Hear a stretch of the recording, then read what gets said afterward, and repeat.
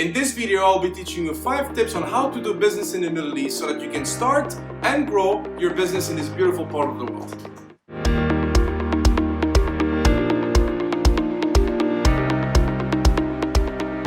Welcome everybody, my name is Sasha Christie, and in this video I will be teaching you 5 tips for doing business in the Middle East. So to start with, point number 1 has to do with personal relationship.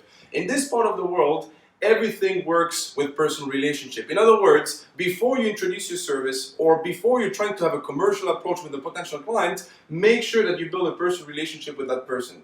In other words, your potential client needs to feel comfortable with you, they need to see you as a friend, and once that happens, then you can finally pitch your services or your product. Back in Europe, things work completely different. It's normal to have a commercial approach, it's normal to go straight to the point, but that's not how it works here. People are not going to buy your product or services because of your company or the company that you work for. They will buy your product or your services because of you. So make sure that you build a personal relationship to start with before initiating any kind of business discussions.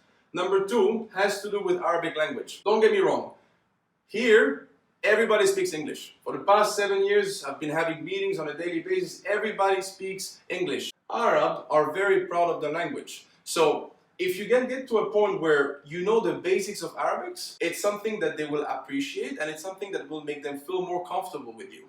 Number 3, this market is really difficult to penetrate. A lot of companies are having difficulties with this. It's normal that sometimes it will take you weeks, months, if not years, to get your first deal up and running. This land is full of opportunities, full of clients, the market is massive. However, it is a market that's difficult to penetrate. It has a lot of companies. Something I want to point out here is when companies move here, a lot of times they want to associate themselves with local partners or they want to associate themselves with strategic partners. And that's a good way forward, because if you do have a local partner here or if you do have a strategic partner here, they will help you put you in touch with the right people. They will help you, expand your services the right way in a fast manner. However, I want you to be careful with who you decide to associate yourself with. I've had bad experiences in the past. Some of my friends and clients had difficulties and problems in the past. So before you decide to associate yourself with a local partner or a strategic partner and you go into signing agreements, make sure you know that person, you've discussed commercial terms with that person, you feel comfortable with that person, and if all of that match,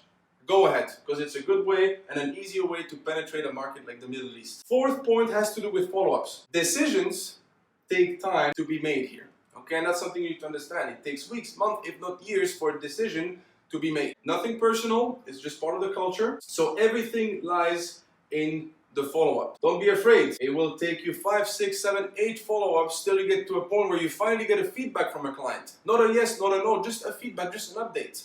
But so the key lies in follow-up.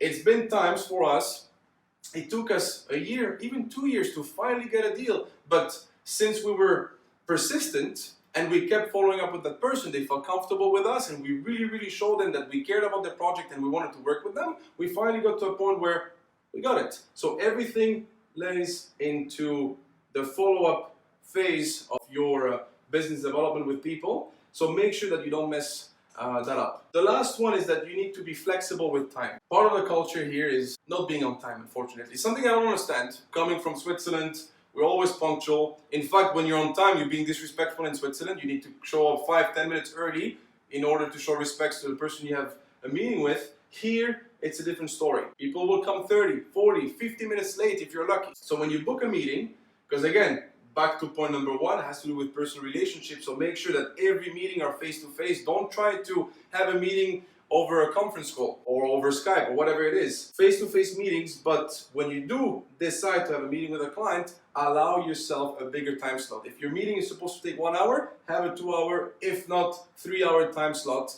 so that you can be sure that you dedicated enough time for that meeting to happen, because people will show up late here, unfortunately. I hope that these 5 tips will help you start and grow your business in this part of the region. I will see you next week for another video.